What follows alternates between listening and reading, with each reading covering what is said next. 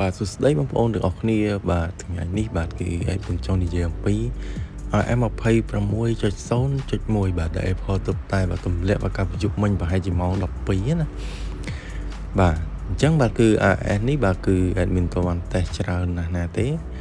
អញ្ចឹងវាគឺ update បានច្រើនណាស់ទៅនឹង security ជាមួយនឹងបញ្ហាមួយចំនួននៅលើបាទ iPhone Air ជាមួយនឹង iPhone 17 និង17ធម្មតាអញ្ចឹងណា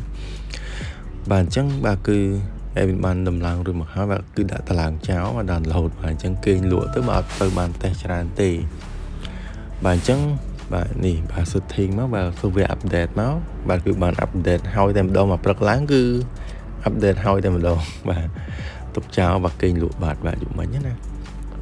បាទអញ្ចឹងយើងចូលបាទទៅមើលតើមានការ update បាទអ្វីខ្លះនៅលើបាទគឺ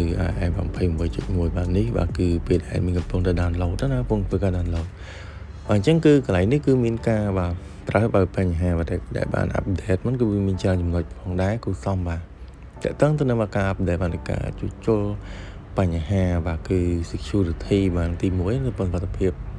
ទី2តើទៅនឹង Wi-Fi និង Bluetooth បាទដាច់ដងមកការបាទនៅលើ iPhone បាទ17បាទ 17Air ជាមួយនឹង17បាទ Pro model បាទអញ្ចឹងបាទមួយទៀតគឺតើទៅនឹងបាទ iPhone មួយចំនួនបាទដែលមិនអាចភ្ជាប់បាទទូរស័ព្ទបាទបន្ទាប់ពីបានធ្វើបច្ចុប្បន្នភាពបាទនៅពេលដែលឡើងបាទ RM26 ណាបាទមួយទៀតគឺរូបថតបាទដែលថតនៅក្រោមពន្លឺបាទជាមួយនឹងបាទ iPhone 17 17Air និង17 Pro ហ្នឹងគឺអាចរួមបញ្ចូលបាទនៅវត្ថុបាទមិនអាចពឹងទុកបាទរូបតំណាងកម្មវិធី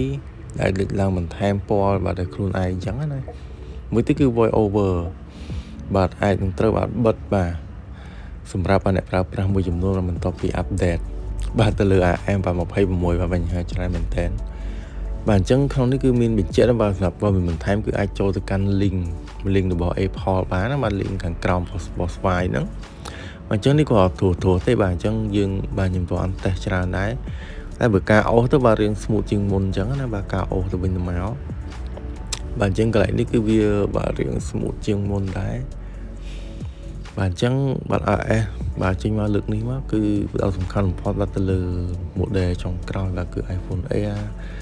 បាទ17 Pro Max បាទ17ធម្មតានឹងឯងជាងយើងសម្រាប់បាទទូរស័ព្ទមកចាប់ពី13ចុះក្រោមហ្នឹងបើសិនជាជ្រុលដំឡើងហើយគួរតែដំឡើង version មួយនេះទៅដើម្បីឲ្យការដំណើរការហ្នឹងគឺវាដើររៀងគ្រាន់បើអញ្ចឹងណាដោយសារវាមានការជួសជុលបាទ fix box គ្នាបាទជាពិសេសគឺ security ដូចគ្នាបាទអញ្ចឹងបាទ admin មកមានតែប៉ុណ្្នេះទេមិនសង្ឃឹមថាបងប្អូនអរគ្នានឹងបានបាទជួបបទពិសោធន៍ថ្មីបាទទៅនឹងការដំឡើងថ្មីនៅ AM26.0.1 មួយនេះនឹងដោះស្រាយបញ្ហាបានណាបាទអរគុណច្រើនបាទសម្រាប់ការតាមដានវីដេអូមួយនេះសូមជួយ share បាទនិង follow page របស់ម្នាក់មួយផងបាទដើម្បីទទួលបាននៅវីដេអូថ្មីក្រោយៗទៀតបាទ